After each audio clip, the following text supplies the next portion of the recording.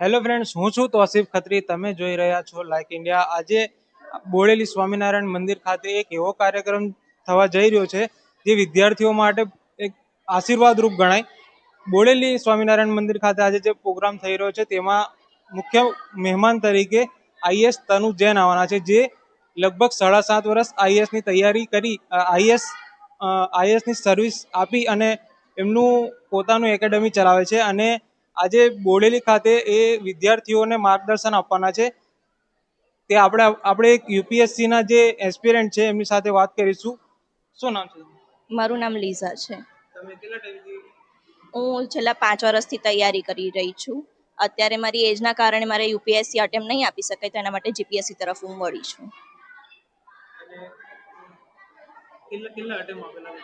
હું યુપીએસસીના 2 અટેમ્પ્સ આપ્યા છે. અને કેવું તમારે? યુપીએસસી એક્ઝામ માટે જે ગાઈડન્સ અહીંયા જે જોઈતું હોય એ પ્રમાણે મને મળ્યું નથી, તો એના લીધે મને લાગે છે કે મારા અટેમ્પ્સ હું ફેલ થઈ. તો એના માટે જે આ મેડમ આવી રહ્યા છે, તનુ જૈન મેડમ, તો મને બહુ સારું લાગી રહ્યું છે કે બધાને અત્યારથી જે ફ્રેશર્સ છે અહીંયાના, તો એમને ગાઈડન્સ મળી રહેશે. નવા જે એસ્પિરન્ટ છે એમને તમે શું કહેશો? આજે તનુ મેડમ જે આવી રહ્યા છે એ ઘણા સારા એવા વ્યક્તિ છે, તો મને લાગે છે એ ગાઈડન્સનું પૂરેપૂરું એ લોકોને લાભ ઉઠાવવો જોઈએ.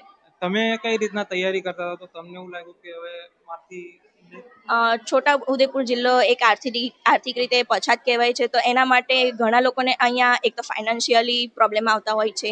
બીજું કે અહીંયાથી છોકરીઓને ખાસ કરીને કે નાની ઉંમરે મેરેજ કરાવીને એટલે આગળ જતાં એટલું ભણાવતા નથી હોતા, કાં તો પછી એમને આવી રીતે કોઈ એક્ઝામ આપવી હોય તો એના માટે એમને બહાર જવું હોય ક્લાસીસ માટે, તો એ ઘરેથી ફેમિલીવાળા સપોર્ટ નથી કરતા. તો મને લાગે છે કે એવું કોઈ અહીંયા ફેકલ્ટી ખોલે કાં તો ગાઈડન્સ આપે તો એ વધારે સારું રહેશે મારા ખ્યાલથી.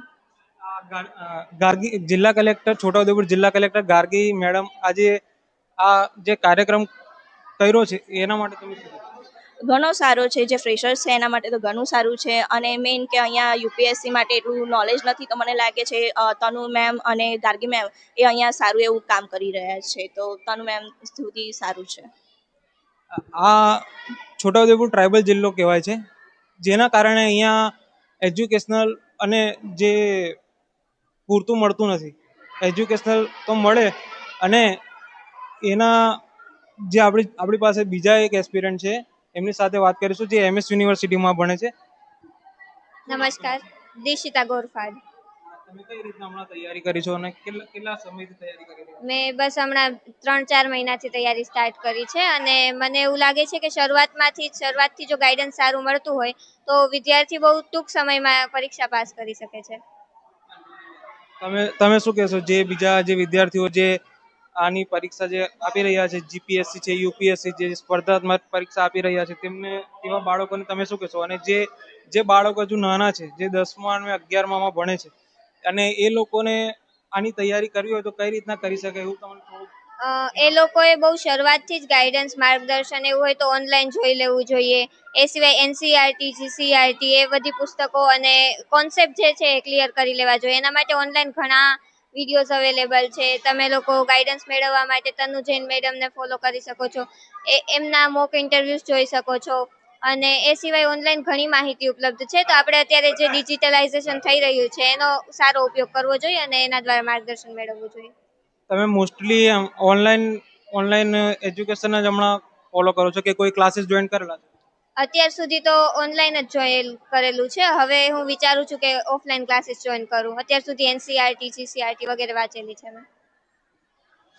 આ હતા અહીંયા જે જીપીએસસી યુપીએસસી ની એક્ઝામ આપવા જે ભવિષ્યમાં આપવાના છે, જે એટેમ્પ આપી ચૂક્યા છે, એવા વિદ્યાર્થીઓ આપણી સાથે હતા, જેમને આ કાર્યક્રમમાં પોતાને એક સચોટ ગાઈડન્સ મળે તેના કારણે આજે આ બોડેલી સ્વામિનારાયણ મંદિર ખાતે જે તનુ મેડમ આવવાના છે